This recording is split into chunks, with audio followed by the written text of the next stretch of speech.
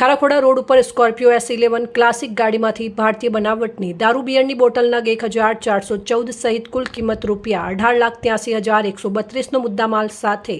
બે આરોપીઓને પકડી પાડતી થરાદ પોલીસ મહાનિરીક્ષક પરીક્ષિતા રાઠોડ, રેન્જ બનાસકાંઠા, પાલનપુર તથા વાવથરા જિલ્લા પોલીસ અધિક્ષક ચિંતન તરૈયાએ જિલ્લામાં પ્રોહિબિશન જુગારની પ્રવૃત્તિ નેસ્તનાબૂદ થાય તે અંગે કડક અમલવારી કરવા સૂચના કરતા SM વારોતરિયા,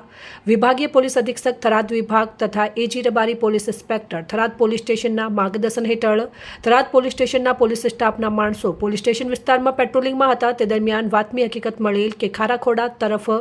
એક બ્લેક કલરની સ્કોર્પિયો ગાડી જેમાં ભારતીય બનાવટનો વિદેશી દારૂ આવનાર છે, જે વાતમીના આધારે પોલીસ સ્ટાફના માણસોએ ખારાખોડા રોડ ઉપર સ્કોર્પિયો S11 ક્લાસિકને ખોટી નંબર પ્લેટ GJ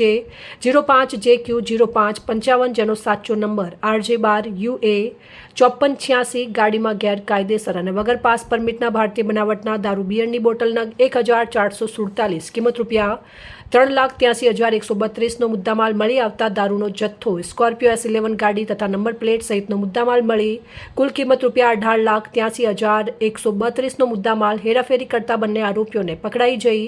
ગુનો કરેલ હોવાથી તેમના વિરુદ્ધ ધ પ્રોહિબિશન એક્ટ મુજબ થરાદ પોલીસ સ્ટેશન ખાતે કાયદેસરની કાર્યવાહી કરવામાં આવેલ છે।